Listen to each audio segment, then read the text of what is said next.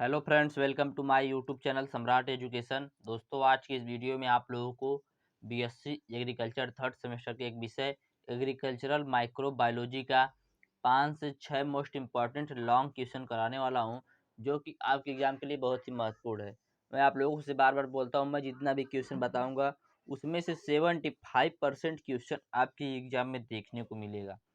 तो अभी तक दोस्तों ये माइक्रोबायोलॉजी का आज मैं 6 क्वेश्चन बताऊंगा। इसके बाद भी आप लोगों को एक वीडियो मिलेगा। इसके पहले मैंने प्लांट ब्रीडिंग का और खरीफ क्रॉप का करा दिया है। चलिए स्टार्ट करते हैं। और इसका आप लोगों को यदि पीडीएफ चाहिए तो डिस्क्रिप्शन में व्हाट्सएप ग्रुप का लिंक और व्हाट्सएप नंबर भी दिया गया है, मैसेज करके आप लोग इसका पीडीएफ भी ले सकते हैं। तो पहला क्वेश्चन या पहला टॉपिक बायोफ्यूल, जैव ईंधन। जैव ईंधन क्या होता है दोस्तों, ये पूछ सकते हैं एग्जाम में। और जैव ईंधन के कितने प्रकार होते हैं उसको बताइए, ऐसा एग्जाम पूछा हुआ है। तो इसी को हम लोग सबसे पहले देखेंगे। तो बायोफ्यूल, जैव ईंधन एक प्रकार का ऊर्जा है जो फ्यूल के रूप में पेड़ पौधे, वनस्पति और वेस्ट मटेरियल से प्राप्त किया जाता है।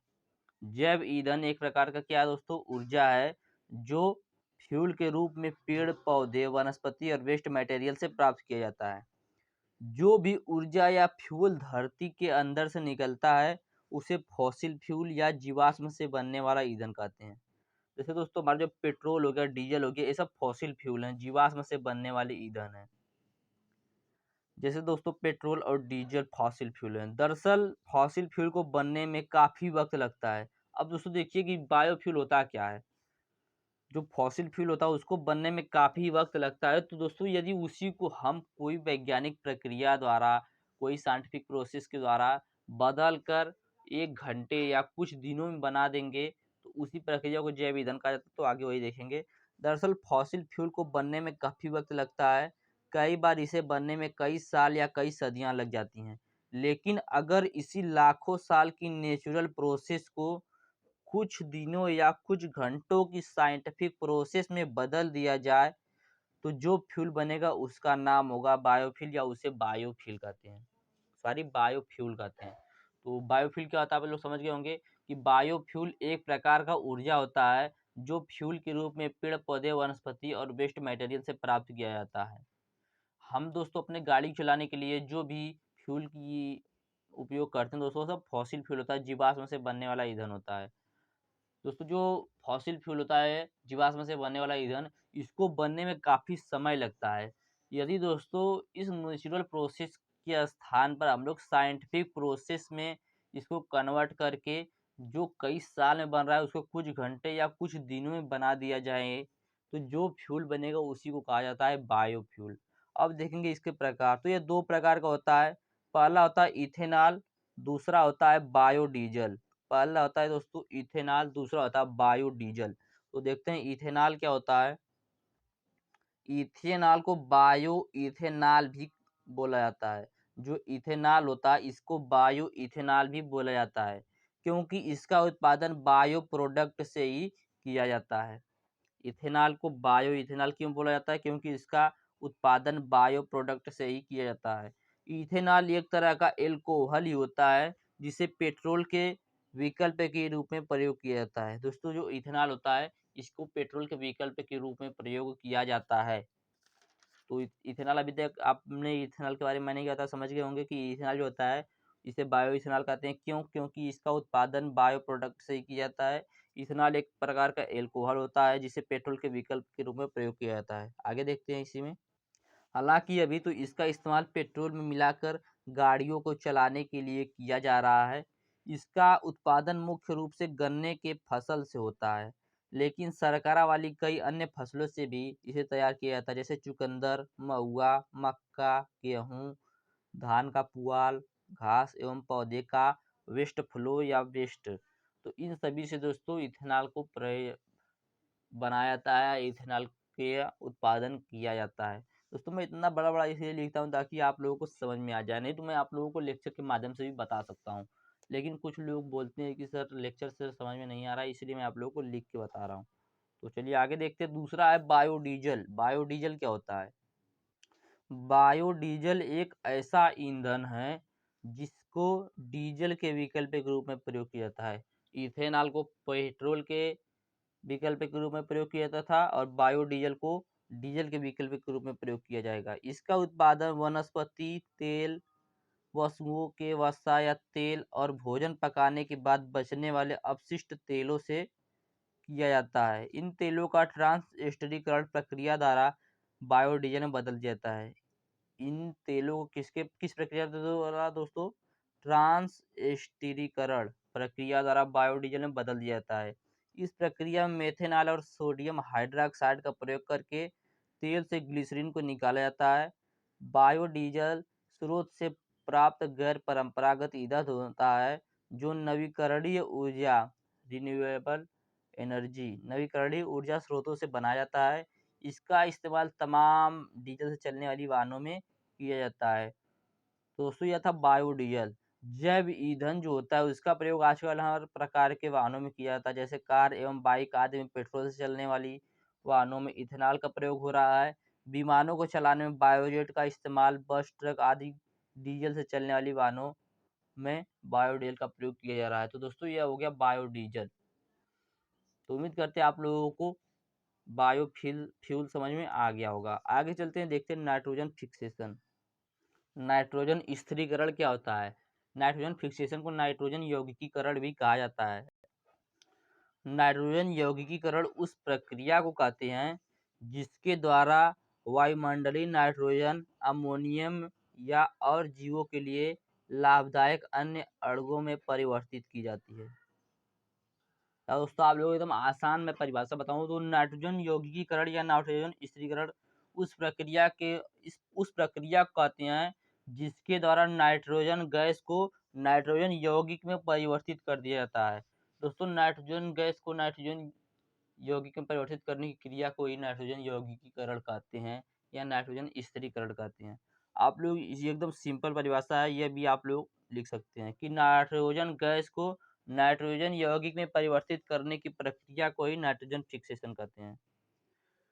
प्रकृति में कुछ ऐसे सूक्ष्म जीव पाए जाते हैं जो वातावरण से सीधे नाइट्रोजन को ग्रहण करते हैं और रूपांतरित करके जैविक यौगिकों में परिवर्तित कर देते हैं। इस प्रक्रिया को नाइट्रोजन स्थिरीकरण कहा जाता है।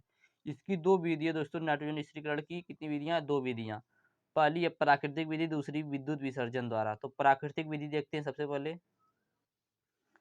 तो प्राकृतिक विधि दोस्तों क्या होता है, इसमें जो लेग्यूमिनेसी फैमिली होती है, लेग्यूमिनेसी कुल होता है, उसमें उसके जो पौधे होते हैं या कहें दलहनी फसलों के जो पौधे होते हैं उनके पौधे की गांठों में उनके पौधे में एक गांठ पाई जाती है जिनमें सहजीवी बैक्टीरिया होते हैं, जिसमें राइजोबियम जीवाणु और अन्य बैक्टीरिया होते हैं जो वायुमंडलीय नाइट्रोजन को मृदा में स्थिर करते हैं। तो इसी प्रक्रिया को दोस्तों नेचुरल प्रोसेस कहते हैं या नेचुरल मेथड कहते हैं नाइट्रोजन फिक्सेशन की। तो देखते हैं, लेग्यूमिनस फैमिली के पौधे की जड़ों में गांठें उपस्थित होती है। इन गांठों के ऊपर इन गांठों के ऊपर सहजीवी जीवाणु उपस्थित रहते हैं। यह जीवाणु वायुमंडल से सीधे नाइट्रोजन ग्रहण करके नाइट्राइट में परिवर्तित कर देते हैं, जिससे खेत में नाइट्रोजन युक्त खाद की मात्रा बढ़ जाती है। तो इसी प्रक्रिया को नाइट्रोजन फिक्सेशन की प्राकृतिक विधि कहते हैं। आगे चलते हैं, दूसरा विद्युत विसर्जन द्वारा। तो वर्षा ऋतु या अन्य दिनों में विद्युत विसर्जन की प्रक्रिया होने पर वायुमंडलीय नाइट्रोजन एवं कार्बन डाइऑक्साइड ऑक्सीजन परस्पर संयोग करके नाइट्रिक ऑक्साइड बनाते हैं। तो दोस्तों यह था दूसरा विधि नाइट्रोजन स्थिरीकरण का। इसका दोस्तों अगला टॉपिक हम लोग देखेंगे ऑर्गेनिक फार्मिंग। सिलेबस में नहीं है लेकिन दोस्तों बार बार एग्जाम पूछ रहा है तो मैं इसको भी करा देता हूँ। तो ऑर्गेनिक फार्मिंग मतलब जैविक खेती। जैविक खेती क्या होता है? सबसे आसान भाषा में सोचिए कि जब हम बिना रसायन के खेती करते हैं या खेती की ऐसी विधि जिनमें बिल्कुल रसायन का प्रयोग नहीं किया जाता है तो उसी प्रक्रिया को कहा जाता है जैविक खेती।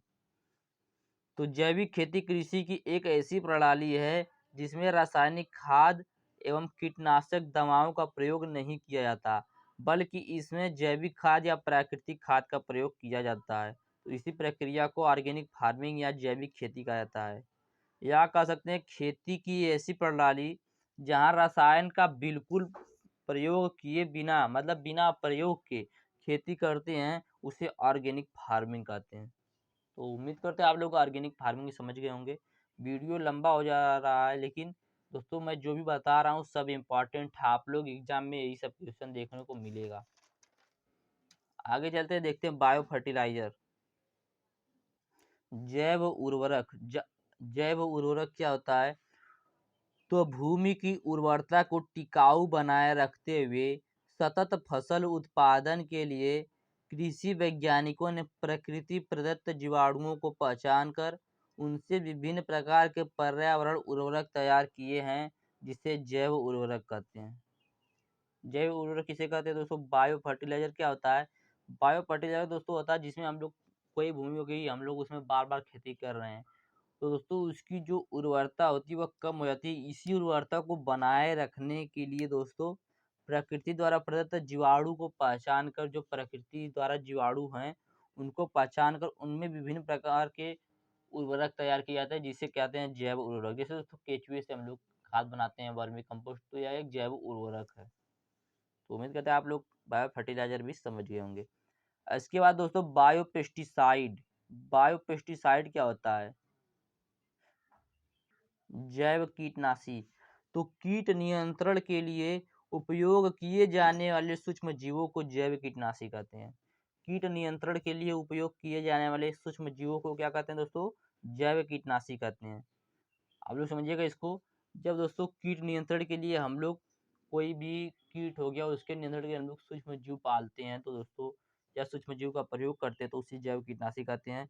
जबकि जैव पीड़क नाशी का उपयोग सभी जैव नियंत्रण के लिए किया जाता है।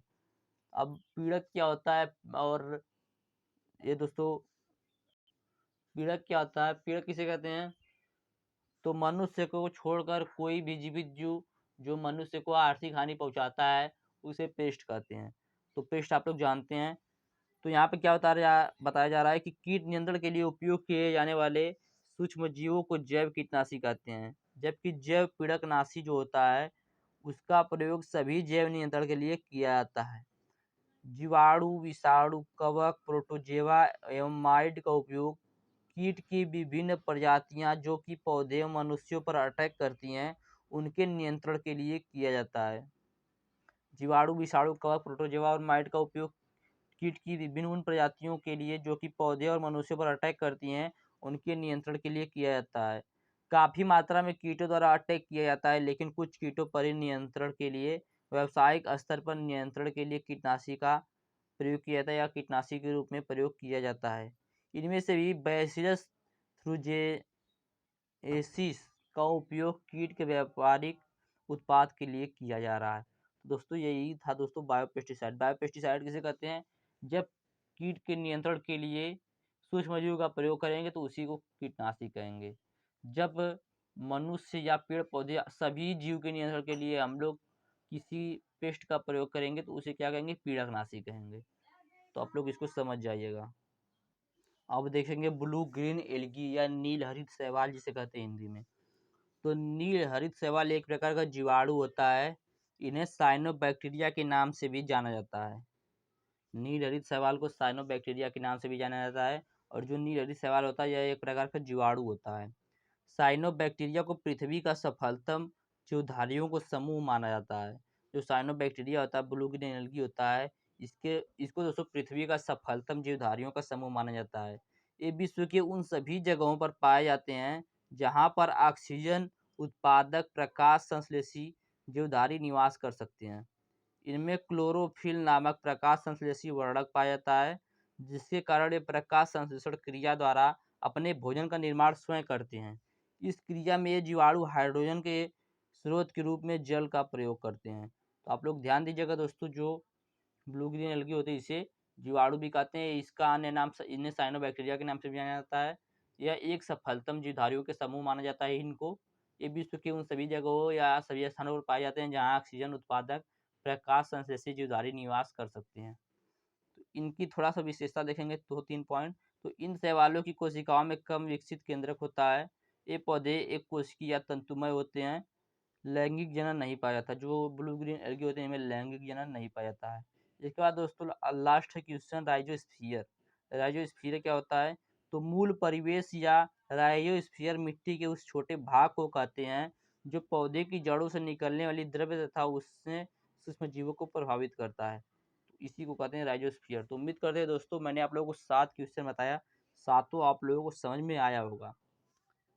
7 नहीं तो 6 आप लोगों को समझ में आया होगा, और जो नहीं समझ आया आप लोग कमेंट करिएगा, मैं उसको फिर से बताऊँगा। और यदि आप लोगों को वीडियो अच्छा लगा तो वीडियो को लाइक कीजिएगा, चैनल को सब्सक्राइब कीजिएगा और अपने दोस्तों को भी शेयर कीजिएगा ताकि उनकी भी तैयारी अच्छे तरीके से हो सके। धन्यवाद, जय हिंद।